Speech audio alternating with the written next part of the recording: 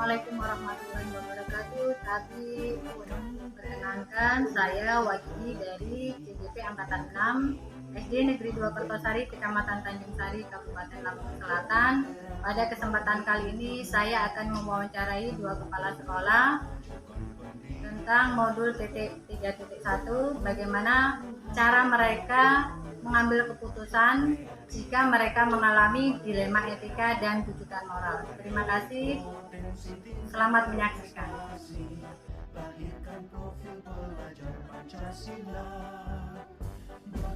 Assalamualaikum. Kabarnya?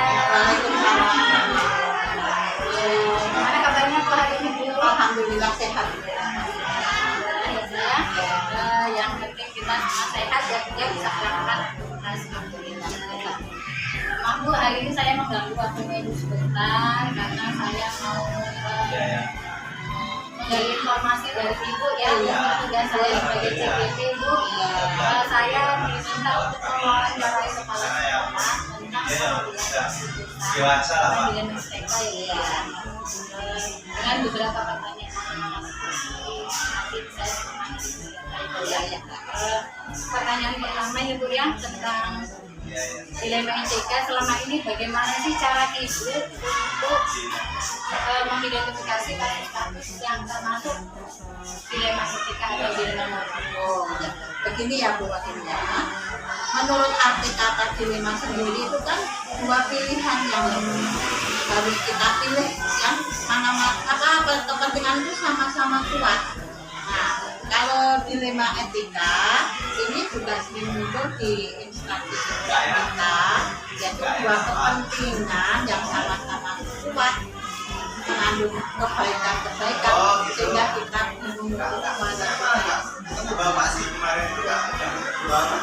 kemudian Bu, selama ini bagaimana Ibu menjalankan pengambilan keputusan di sekolah untuk kasus-kasus di mana ada dua kepentingan, benar dengan benar atau benar dengan salah?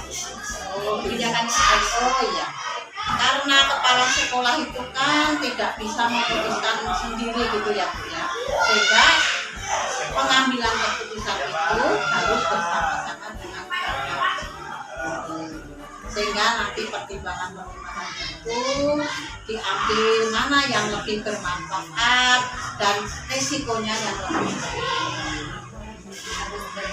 Iya, betul. Kemudian gimana Bu, apa saja langkah atau prosedur apa saja yang biasa Ibu lakukan untuk pengambilan keputusan dilema etika? Karena munculnya dilema etika itu tidak bisa ditentukan ya Bu ya, sewaktu-waktu gitu. Nah, sehingga ya kita harus bisa berkolaborasi dengan Bapak Ibu guru, ya dengan berdiskusi atau mungkin dengan menggali pertimbangan-pertimbangan sehingga pihak sekolah bisa memutuskan mana kepentingan yang harus diambil.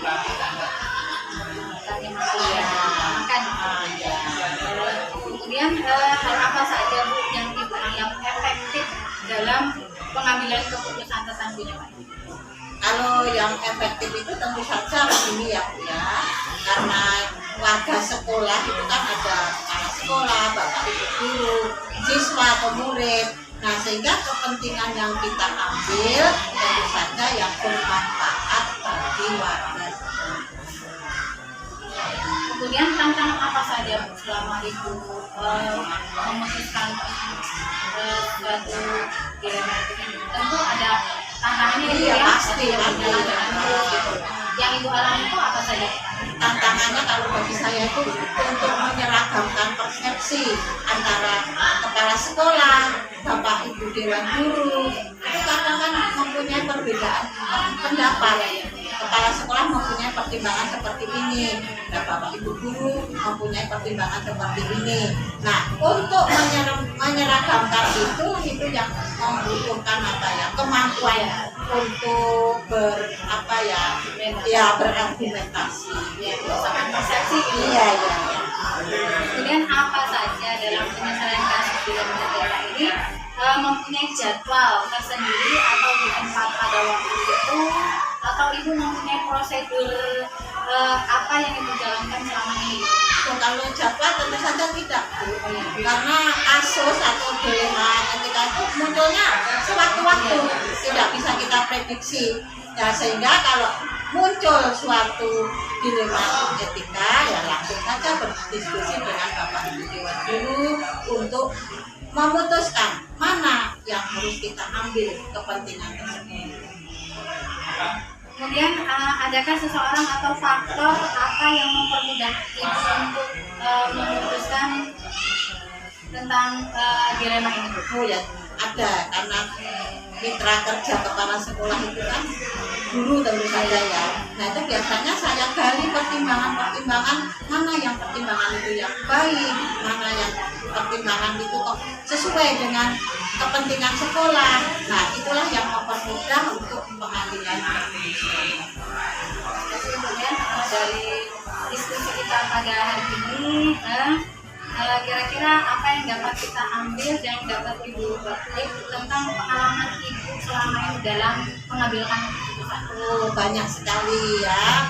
Apa untuk pengambilan keputusan dilema etika ini mengajak antara kepala sekolah, Bapak Ibu Dewan Guru itu bersinergi.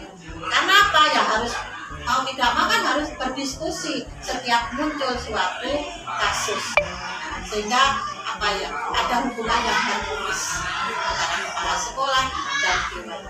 Artinya harus ada kerjasama Iya, yang baik. Iya. Terima kasih Bu atas hasil diskusi kita pada hari ini. Kesimpulannya ya Bu ya, bahwasanya pada waktu pengambilan itu kita memerlukan waktu yang proses yang panjang gitu ya Bu ya. Kemudian keputusan yang kita ambil itu bisa berpihak pada murid. Yang kedua, kebenaran yang universal, Iya, bisa diterima oleh semua orang. Iya, betul, warga sekolah khususnya. Kemudian keputusan yang kita ambil itu bisa dipertanggungjawabkan. Ya itu sesuai peraturan-peraturan yang berlaku. Terima kasih Bu atas waktunya. Saya berdiskusi pada hari ini. Mungkin itu saja diskusi kita pada hari ini. Terima kasih atas waktunya Bu. Sukses selalu Bu Wahyu. Terima kasih Bu. Ya. Assalamualaikum warahmatullahi wabarakatuh. Waalaikumsalam warahmatullahi wabarakatuh.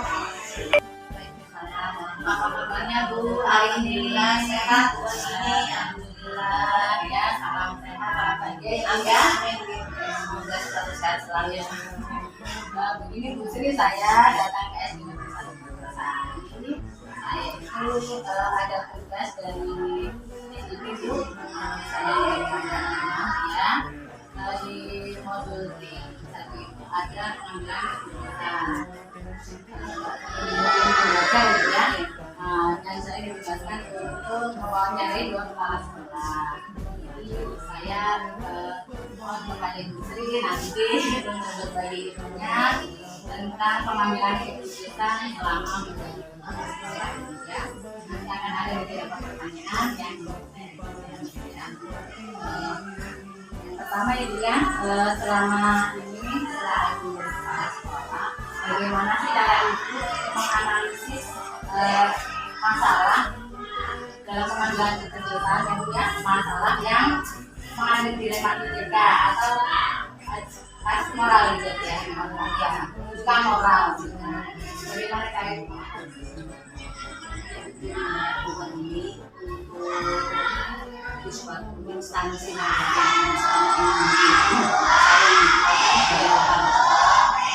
pasti ada suatu dilema lah ya, suatu permasalahan atau kasus yang tentunya itu harus kita hadapi, karena tentunya itu merupakan pengertian dari dilema itu sendiri. Pengertiannya ya suatu suatu permasalahan tapi yang memang harus benar-benar lawan benar, dan memang yang harus kita ibaratnya harus kita selesaikan lah, seperti itu.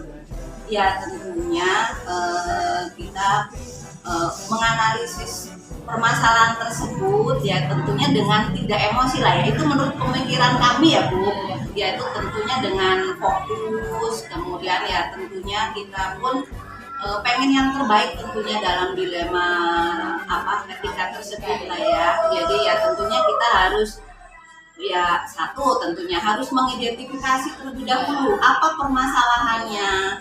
ya tentunya kita dipikir secara apalah ya, tidak emosi.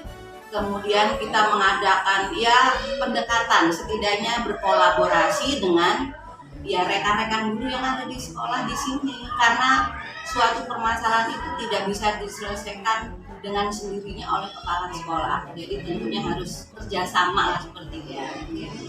Kemudian bagaimana Ibu menjalankan pengambilan keputusan ini selama ini? Sebenarnya Ibu ya, untuk kasus-kasus di mana itu ada kata lawan benar ya Bu ya, terus sama-sama mengandung nilai kebaikan. Cara Ibu mengambil keputusannya. Ya tentunya kita Yang dilema etika ya Bu ya, karena lawan benar dia bagaimana? ya pengambilan tentang lawan benar itu kan memang kita apa ya Bu?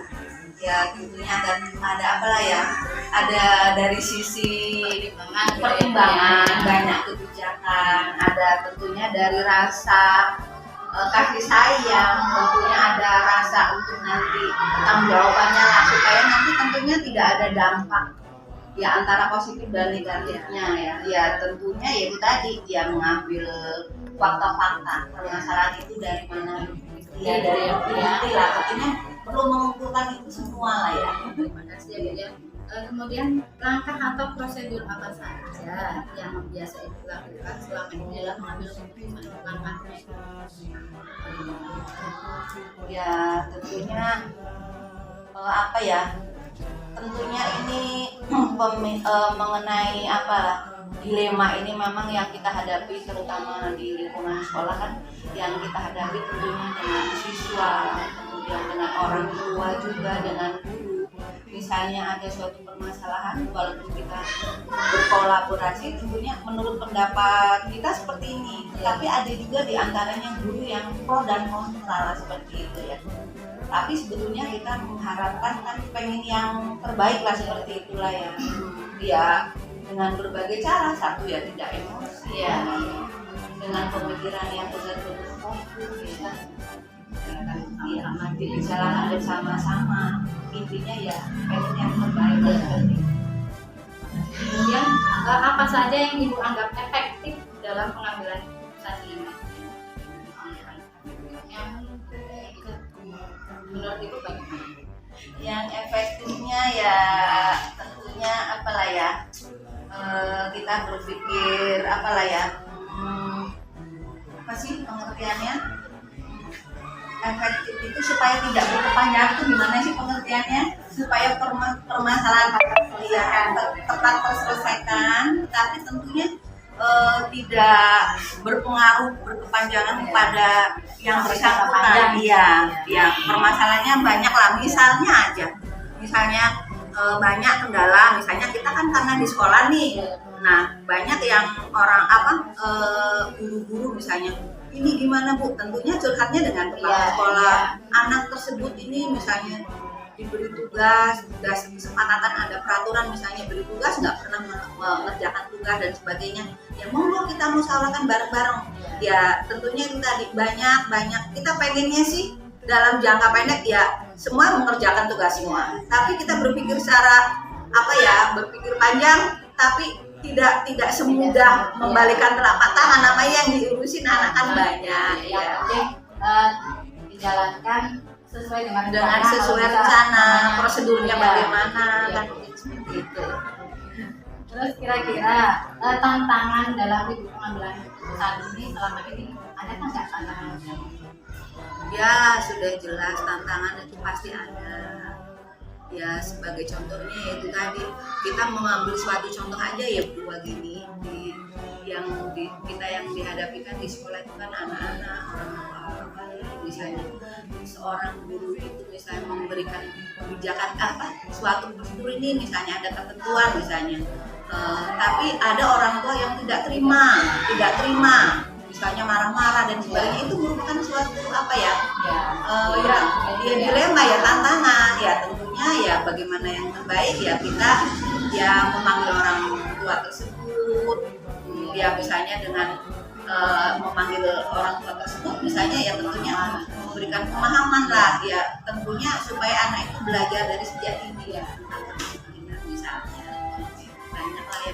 tantangannya ya. Iya, namanya di sekolah selalu ya ada aja, tapi ya sebisa mungkin kita semua ada Berhadapi bersama dengan rekan-rekan guru lah, keluarga yang ada di sekolah gitu.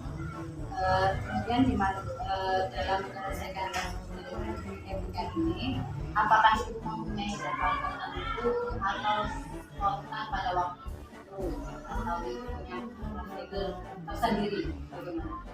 Jadi untuk apa ya, dilema ini ya, ini kan ibaratnya itu secara spontanitas ya, kita pun berharap tidak ingin ada permasalahan atau dilema itulah ya, tapi udah pasti ada. Jadi tentunya kami pun tidak membuat seperti kayak jadwal ini ada masalah ini begini, tapi setidaknya kita ya menyikapi, kemudian ya kita sesegera mungkin dilema yang misalnya mendadak itu suatu permasalahan ya kita selesaikan dengan sebaik-baiknya, yaitu dengan cara itu tadi musyawarah, berkolaborasi. Ya mohon maaf, kayaknya kita tidak membuat jadwal misalnya ini, karena itu kan sewaktu-waktu lah seperti itu. Kalau itu Supaya tidak berkepanjangan, sesegera mungkin diselesaikan. Adakah seseorang atau faktor yang mempermudah ya, untuk pengambilan keputusan? Ya alhamdulillah lah ya, namanya kita kan dalam suatu instansi itu kan ini sama saja satu keluarga. Di dunia pendidikan ya tentunya inilah rekan-rekan guru kita ini ya untuk mempermudah, untuk menjembatani suatu permasalahan ya kita itu tadi bermusyawarah untuk mengambil mufakat untuk menyelesaikan masalah tersebut. Ya itulah untuk mempermudah itu ya dari rekan-rekan kinerja kita. Jadi tidak harus kita diselesaikan ya, kita segala sesuatunya bermusyawarah gimana yang terbaik supaya permasalahan itu tidak berlanjut. Ya, terima kasih dari diskusi kita hari ini. Kira-kira yang dalam semua pengambilan keputusan itu praktek apa? Intinya apa yang dapat Ibu ambil dari pengambilan keputusan? Ya tentunya ini juga gini ya, kita semua berdasarkan dari pengalaman.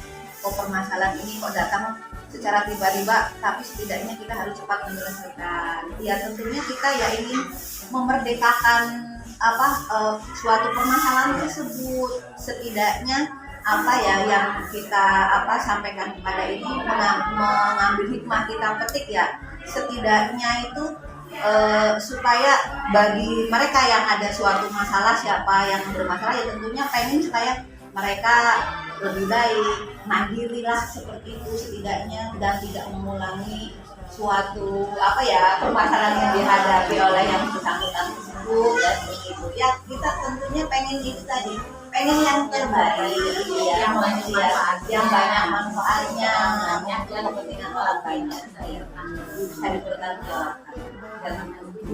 Jadi dari diskusi ya, bahwa dalam ilmu mengambil keputusan itu emang melalui kolaborasi dengan rekan-rekan guru ya, murid, mungkin dengan profesor juga ya Bu ya, supaya keputusan yang bisa diambil itu bisa dipertanggungjawabkan, bermanfaat untuk orang lain dan lebih berpihak kepada murid ya, tidak merugikan murid ya.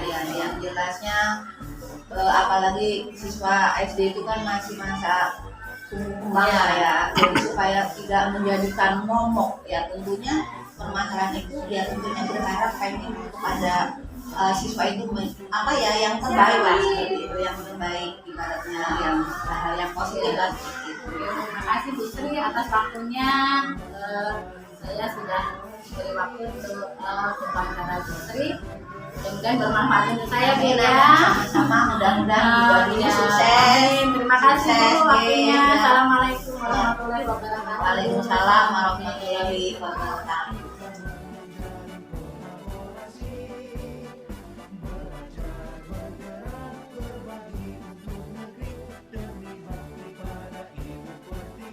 Demikianlah wawancara saya dengan dua kepala sekolah tentang bagaimana cara mengambil keputusan dalam kasus dilema etika. Mudah-mudahan bermanfaat untuk kita semua. Terima kasih. Wassalamualaikum warahmatullahi wabarakatuh.